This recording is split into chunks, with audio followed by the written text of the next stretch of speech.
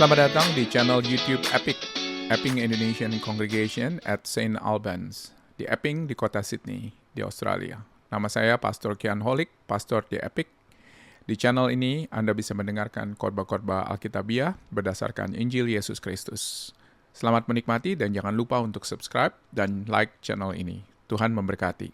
Apabila ada pertanyaan, silakan hubungi kami di IG atau di FB at epic.stalbans. Kiranya Tuhan memberkati.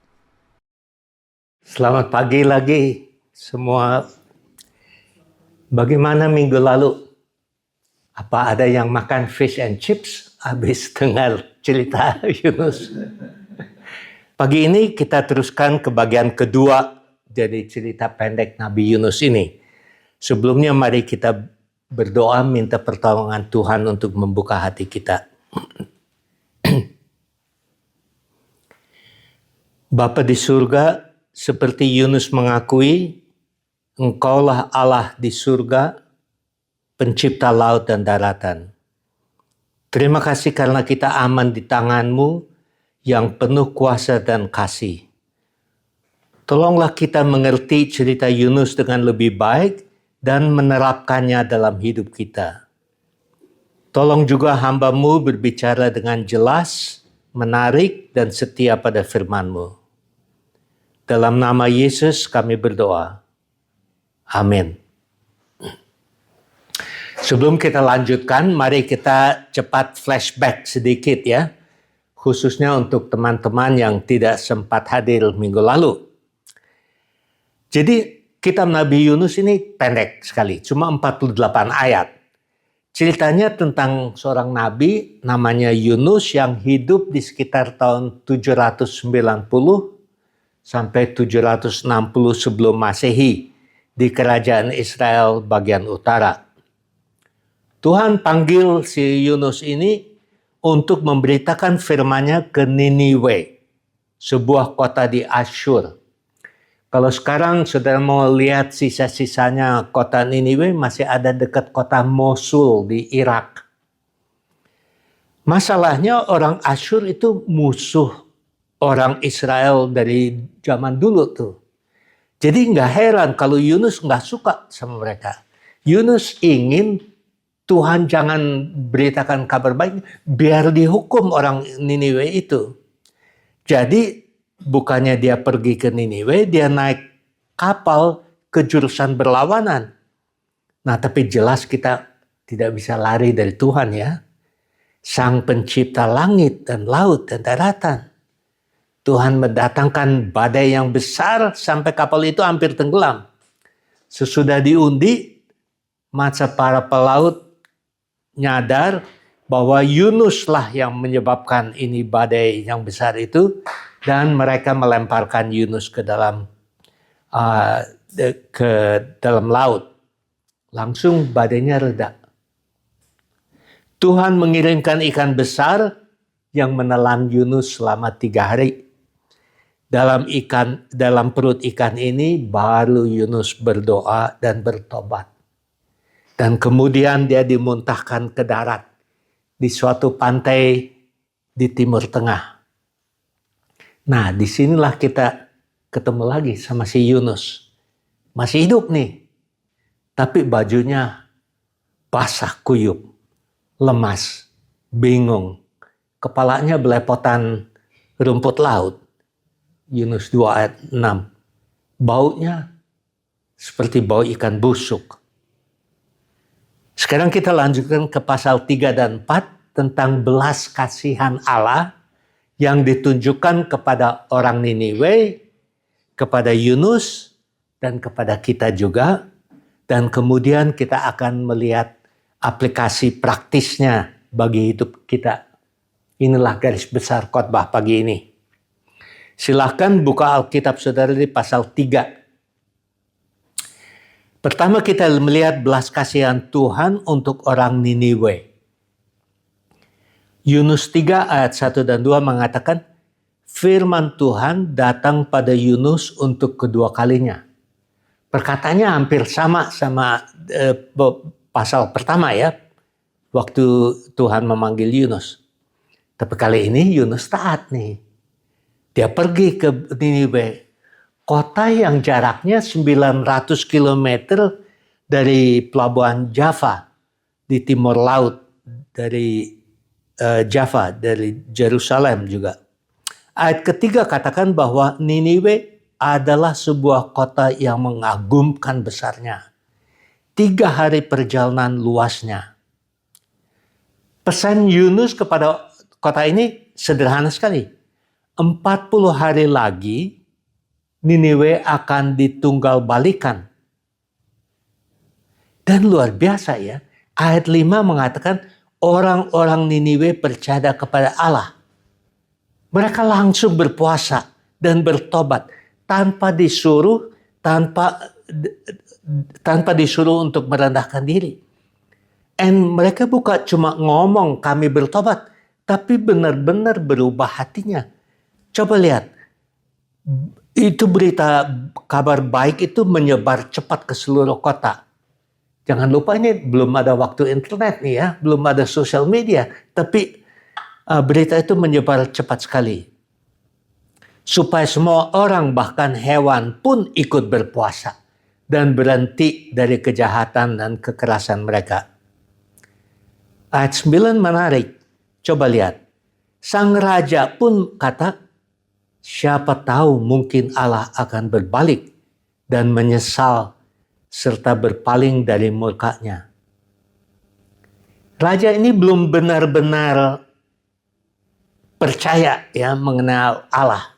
Dia cuma cukup merendahkan hatinya dan berharap atas belas kasihan Tuhan. Mirip-mirip sama kapten kapal ya minggu lalu yang bilang barangkali Allah itu akan mengindahkan kita. Dan benar saja. Ayat 10 katakan Tuhan tidak jadi melakukannya. Yaitu tidak jadi menghukum orang Niniwe. Tuhan kita adalah Tuhan yang pengasih dan penyayang. Tujuan Tuhan bukan untuk menghancurkan manusia, tetapi selalu untuk menyelamatkan manusia, supaya hidup dengan sukacita dan beserta dengan Dia sampai selama-lamanya. Ini sepertinya sama dengan kalau kita didenda lagi ngebut ya. Beberapa minggu lalu saya dapat fine, ini speeding fine. Jalan terlalu cepat di school zone itu. Dendanya $264. Ada banyak orang yang mengeluh kalau denda ini ya tujuannya hanya untuk mengambil revenue buat pemerintah ya. Tapi sebenarnya tujuannya sebenarnya baik, yaitu bukan untuk tambah revenue saja, tapi untuk demi kebaikan kita dan anak-anak sekolah. Jadi Tuhan juga begitu. Hukumannya adalah demi kebaikan kita sendiri. Allah menunjukkan belas kasihannya kepada 120.000 orang di Niniwe. Niniwe adalah kota besar. Tetapi meskipun mereka hidup dalam kemegahan dan kekuasaan, menurut ayat 1 dari pasal 4, tidak tahu membedakan dengan tangan kanan dan kirinya. Artinya mereka tidak tahu mana yang benar dan mana yang salah. Jadi kompas moral mereka rusak. Mereka memang percaya kepada semacam dewa yang menghukum kejahatan, tapi mereka belum kenal Allah yang sejati. Jadi bagaimana Tuhan menunjukkan belas kasihannya kepada orang Niniwe? Pertama, Tuhan mengatasi perbedaan bahasanya. Orang Niniwe berbicara Akkadian. Si Yunus berbicara Ibrani. Tapi entah bagaimana Tuhan membantu orang Niniwe ini mengerti pesannya Yunus. Kedua, Tuhan menunjukkan belas kasihan dengan melunakkan hati orang Niniwe. Mereka bukan cuma mendengar, tetapi mereka juga percaya dan langsung bertindak. Mereka berpuasa. baik orang dewasa maupun anak-anak, mengenakan kain kabung. Mereka benar-benar bertobat, bukan cuma ngomong aja, tapi mereka merendahkan diri, bukan seperti si Nabi Yunus sebenarnya. Ketiga, Tuhan menunjukkan belas kasihannya pada orang Niniwe adalah mereka begitu dengar pesan Yunus, percaya langsung dan membuat pengumuman, rajanya ini membuat pengumuman supaya semua orang berhenti berbuat kejahatan dan kekerasan. Seluruh Niniwe minta ampun dari Tuhan, Allah yang kudus, dan Tuhan mengampuni mereka. Begitulah Tuhan menunjukkan belas kasihannya kepada orang Niniwe ini. Sekarang bagian kedua, bagaimana Tuhan menunjukkan belas kasihannya pada Yunus? Pertama, Tuhan memberikan Yunus kesempatan kedua. Tuhan tidak langsung membuang Yunus, tapi memberikan dia waktu untuk memperbaiki dirinya dan menjalankan tugas yang Tuhan minta dia lakukan. Memberi orang kesempatan kedua itu tidak sukar ya, tidak mudah ya. Kita sering enggan memberi orang kesempatan kedua. Tapi Tuhan yang penuh belas kasihan memberikan kesempatan kedua kepada Yunus. Kedua, Tuhan menunjukkan belas kasihan dengan membuat khotbah Yunus berhasil, sukses. Orang Niniwe ini langsung bertobat dan percaya. Bukan karena Yunus hebat khotbahnya ya, tapi karena anugerah Tuhan semata-mata. Ironisnya, justru sukses itu membuat si Yunus marah sama Tuhan. Coba lihat pasal 4 ayat 1. Tetapi hal itu sangat mengesalkan hati Yunus. Lalu marahlah dia. Luar biasa si Yunus. Masih mau berdebat dengan Tuhan Allah yang Maha Kuasa. Tuhan yang menurut dia sendiri di ayat 1, di pasal 1 ayat 9 adalah Tuhan Allah yang empunya langit, yang telah menjadikan lautan dan daratan. Meskipun dia anggap Tuhan begitu besar, dia mau marah. Masa mau berdebat dengan Tuhan yang baru saja menyelamatkan dia dari kematian dengan mengirimkan ikan besar? Yunus menjadi marah kenapa? Karena Tuhan tidak menghukum orang Niniwe yang dia benci. Ayat kedua, Yunus berdoa. Nah, sekarang bagus nih. Dia berdoa. Ingat gak minggu lalu Yunus gak pernah berdoa tuh. Sekarang cepat berdoa. Tapi kalau kita lihat isi doanya, sebenarnya protes kepada Tuhan doanya. Dia bilang, ya Tuhan, bukanlah telah kukatakan itu ketika aku masih di negeriku? Itulah sebabnya maka aku dahulu melarikan diri ke Tarsus. Ayat ketiga, Yunus bilang, lebih baik aku mati daripada hidup. Mungkin dia malu ya. Nubuatnya gak terjadi. Jadi dia kehilangan muka. Seperti nabi tapi reputasinya hancur. Jadi lebih baik mati aja. Ayat 4, Tuhan tanya, layaklah engkau marah? Dengan kata lain Tuhan bertanya, apakah reputasimu begitu penting? Tidaklah engkau bersukacita atas keselamatan begitu banyak orang? Tidaklah engkau berbelas kasihan kepada orang Niniwe? Tapi si Yunus diam aja, nggak menjawab. Ayat 5, Yunus bikin tempat berteduh. Ini rupanya ini sebelum 40 hari itu berlangsung ya. Dia tinggal mau tunggu sampai hari ke-40. Dia mau lihat Tuhan ini betul-betul mau mengampuni orang Niniwe apa mungkin masih dihukum nih pada hari ke-40. Yunus rupanya masih belum percaya sepenuhnya pada belas kasihan Tuhan. Tapi lihat ya, Meskipun Yunus marah dan berkeluh, Tuhan tidak marah kembali dan bereaksi dengan keras. Sebaliknya, Tuhan menunjukkan belas kasihannya pada Yunus untuk ketiga kalinya. Ayat 6. Secara ajaib Tuhan menumbuhkan pohon jarak dengan daun lebat dalam 1 hari. Pohon itu melindungi Yunus dari terik matahari timur tengah. Sewaktu dia duduk berjam-jam tanpa eski penuh minuman dingin. Yunus jadi sangat senang banget. Tapi dia tidak mengucap terima kasih ya. Yunus masih sangat egois. Cuma memikirkan diri sendiri. Ayat 7 sampai dan 8. Lalu Tuhan kirim ulat atau cacing yang menggigit tanaman itu sampai tanamannya mati. Matahari terik bersinar di atas kepala Yunus. Lalu angin panas timbul dari timur. Yunus jadi kesal lagi. Dan dia ingin mati lagi. Tuhan memang membuat hidup Yunus sengsara. Tapi itu pun merupakan ekspresi belas kasihan Tuhan. Semua itu bagian dari pengajaran Tuhan. Bukannya hukuman Tuhan.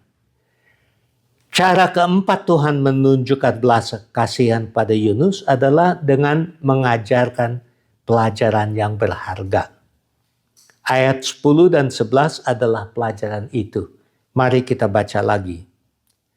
Engkau sayang kepada pohon jarak itu, yang untuknya sedikit pun engkau tidak berjerih payah, dan yang tidak engkau tumbuhkan, yang tumbuh dalam 1 malam dan binasa dalam 1 malam pula. Bagaimana tidak aku akan sayang kepada Niniwe, kota yang besar, yang berpenduduk lebih dari 120.000 orang, yang semuanya tidak membedakan tangan kanan dari tangan kiri, dengan ternaknya yang banyak. Tuhan membandingkan belas kasihannya dengan kekurangannya belas kasihan si Yunus. Tuhan mengingatkan Yunus bahwa manusia jauh lebih penting daripada reputasi pribadi atau kenyamanan fisik. Sampai saat ini Yunus lebih senang pada pohon jarak daripada 120.000 nyawa orang Niniwe. Tapi Tuhan tetap sabar dan penuh kasih terhadap Yunus. Ya, Tuhan juga berbelas kasihan pada Yunus. Allah tidak hanya menunjukkan belas kasihannya kepada penduduk Niniwe dan kepada Yunus, tetapi juga menunjukkan belas kasihan kepada kita di ruangan ini pagi ini. Kita ini sama seperti orang Niniwe. Pada dasarnya juga kita manusia yang berdosa, yang tidak bisa membedakan tangan kanan kita daripada tangan kiri. Rasul Paulus menulis di Roma 3 ayat 23, semua orang telah berbuat dosa dan telah kehilangan kemuliaan Allah. Semua orang, termasuk kita. Nabi Yesaya mengatakannya seperti ini. Kita sekalian sesat seperti domba. Masing-masing kita mengambil jalannya sendiri. Dan karena itu, Tuhan yang kudus akan menghukum manusia berdosa dengan pemisahan yang kekal antara Tuhan dan orang berdosa. Kita akan dibuang ke tempat di mana Tuhan tidak hadir. Tempat di mana tidak ada sesuatu yang baik. Hanya kejahatan. Tempat itu disebut neraka. Tapi puji Tuhan, bahwa Dia juga menunjukkan belas kasihannya kepada kita. Dia mengutus seorang untuk mengingatkan kita dan membawa kita kembali kepadanya. Dan lain dengan Niniwe, Tuhan tidak mengutus seorang nabi yang ceroboh dan tidak taat seperti Yunus. Tapi Tuhan mengirim kepada kita putra tunggalnya, Yesus. Yunus menghabiskan 3 hari dalam perut ikan. Yesus menghabiskan 3 hari di neraka. Tempat yang benar-benar terpisah dari Bapaknya yang terkasih. Yesus benar-benar ditinggalkan oleh Tuhan karena pada saat itu Ia menanggung hukuman atas semua dosa kita. Pada saat itu Tuhan memandang Yesus bukan sebagai putranya, tetapi sebagai personifikasi dosa yang dibencinya. Otak manusia kita tidak bisa mengerti, tidak bisa memahami situasi ini. Kita tidak bisa memahami kebesaran kasih Tuhan pada kita. Karena begitu besar kasih Allah akan dunia ini, sehingga Ia telah mengaruniakan anaknya yang tunggal, supaya setiap orang yang percaya kepadanya tidak binasa, melainkan beroleh hidup yang kekal. Begitulah Tuhan menunjukkan kasih-Nya pada kita semua. Apakah aplikasi untuk kita hari ini? Pertama, mungkin ada antara kita seorang yang seperti orang Niniwe. Kita tinggal di negara makmur seperti Australia, di kota besar seperti Niniwe. Mungkin seperti penduduk Niniwe, saudara belum kenal dengan Tuhan yang sejati. Mungkin saudara percaya pada Tuhan yang mempertimbangkan perbuatan buruk dan perbuatan baik kita. Jadi saudara mengharapkan bahwa perbuatan baik saudara lebih banyak daripada perbuatan jahat saudara. Apakah saudara seperti itu? Kalau iya, maka aplikasi bagi saudara adalah bertobatlah seperti orang Niniwe itu. Dan terimalah Tuhan yang sejati, yang penuh belas kasihan pada saudara. Perbuatan baik kita tidak akan pernah cukup. Hanya dengan menerima Yesus sebagai juru selamat kita, kita bisa menerima pengampunan dosa. Ingatlah, Tuhan tidak memanggil kita dengan seorang nabi yang kikuk seperti Yunus, tetapi dengan putra tunggalnya, Yesus. Aplikasi kedua, kita sudah lihat bahwa Allah adalah Allah yang penuh belas kasihan dan memberi orang Niniwe dan Yunus kesempatan kedua. Tapi kadang-kadang kita kurang belas kasihan pada orang lain. Kadang-kadang kita tidak mudah memaafkan orang yang bersalah kepada kita. Sering kita dengar orang mengatakan, dia sudah kehilangan haknya. Berarti karena satu kesalahan atau dosa, orang itu masuk dalam daftar hitam kita. Tapi Allah adalah Allah yang penuh belas kasihan dan memberi kesempatan kedua kepada orang Niniwe, kepada nabinya Yunus, dan kepada Raja Daud ketika dia berdosa dengan Bathsheba, dan kepada Saul yang menjadi Paulus, misionaris terbesar, dan bahkan kepada kita juga. Jadi aplikasi kedua bagi kita adalah belajarlah untuk lebih mengampuni dan memberikan kesempatan kedua kepada orang lain yang pernah melukai kita. Kalau Tuhan bisa begitu besar sabarnya dan penuh kasih kepada Niniwe dan Yunus, kita juga harus belajar kasihan pada orang lain. Aplikasi ketiga agak berhubungan ya. Yunus tidak suka orang non-Yahudi. Orang yang berbeda bangsa dan budaya. Orang-orang Farisi pada zaman Yesus sama seperti mereka. Mereka tidak peduli pada orang yang bukan Yahudi. Bahkan Rasul Paulus pun harus belajar dengan susah untuk menerima orang-orang yang bukan Yahudi. Dia perlu ditegur oleh Petrus yang harus ditegur oleh Paulus. Jadi aplikasi ketiga untuk kita adalah untuk menyambut dan menerima orang-orang yang berbeda dari kita sendiri. Berbeda itu bisa berarti berbeda bangsa, budaya, atau bahasa. Berbeda juga bisa berbeda secara fisik. Misalnya orang yang disabled atau orang yang mempunyai masalah mental. Berbeda juga bisa berarti dalam kelas sosial ekonomi yang berbeda. Atau berbeda dalam sikap terhadap gender atau orientasi seksual mereka. Bagaimana reaksi kita kalau minggu depan orang yang berbeda masuk di gereja sini?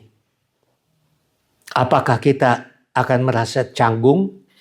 Apakah kita akan duduk sebelah mereka atau masih duduk bersama teman kita seperti biasa? Apakah kita akan menunjukkan kepada mereka belas kasihan Allah yang luar biasa dan tanpa syarat? Atau apakah belas kasihan kita selektif? Kalau Tuhan mengasihi mereka, siapakah kita untuk menolak mereka?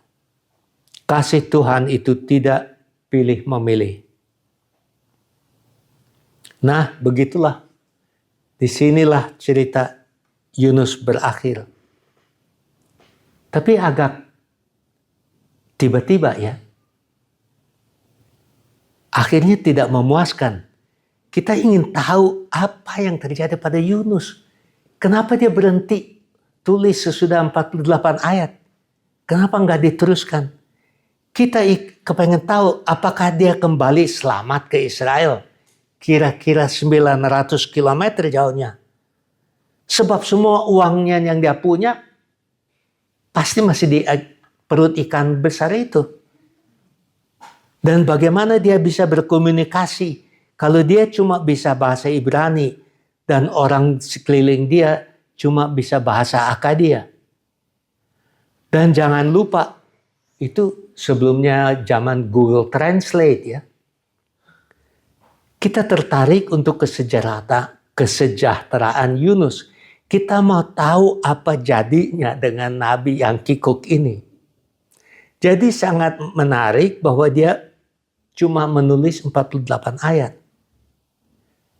Tapi apa mungkin dia sengaja berhenti di sini? Apakah dia sengaja berhenti di sini supaya fokus kita bukan pada Yunus, tetapi pada pesannya? Dia berhenti mungkin menulis ayat 48 karena ini bukan dongeng untuk anak-anak. Ini adalah firman Tuhan yang diilhami Roh Kudus. Dan Roh Kudus ingin kita, para pembaca dan pendengar, belajar satu pelajaran yang penting, yaitu jangan khawatir tentang kesejahteraan Yunus. Bukankah saudara baru mendengar bahwa Tuhan itu adalah Tuhan yang senang, yang sangat penyayang, yang tidak menyerah ketika Yunus tidak taat? Bukankah saudara baru mendengar bahwa Tuhan itu maha kuasa dan Tuhan di surga yang menciptakan laut dan daratan? Bukankah saudara baru mendengar bahwa Tuhan adalah melakukan mujizat supernatural dan menggunakan ikan besar dan cacing kecil? Jadi jangan khawatir soal Yunus, uruslah hidup saudara sendiri. Lebih baik kita tanya kita sendiri, apakah kita sudah menerima Yesus secara pribadi? Kalau sudah kita menerima Yesus secara pribadi, bersyukurlah. Saudara adalah anak Allah yang sudah diampuni dan diselamatkan. Dan sekarang, pergilah ke Niniwemu. Artinya, ke orang-orang di sekitar saudara. Ceritakan tentang belas kasihan Tuhan kepada keluarga, rekan-rekan universitas, teman kerja. Kita tidak perlu pergi 900 km jauhnya, karena Niniwe kita adalah di sekitar kita sendiri. Saudara-saudari, mari jangan kita cuma mendengar cerita ini, tapi melakukannya. Di minggu ini bagaimana kita akan menunjukkan belas kasihan kita kepada orang lain? Mari kita berhenti beberapa menit untuk refleksi dan mendengar apa yang Roh Kudus akan mengatakan pada kita sendiri. Amin.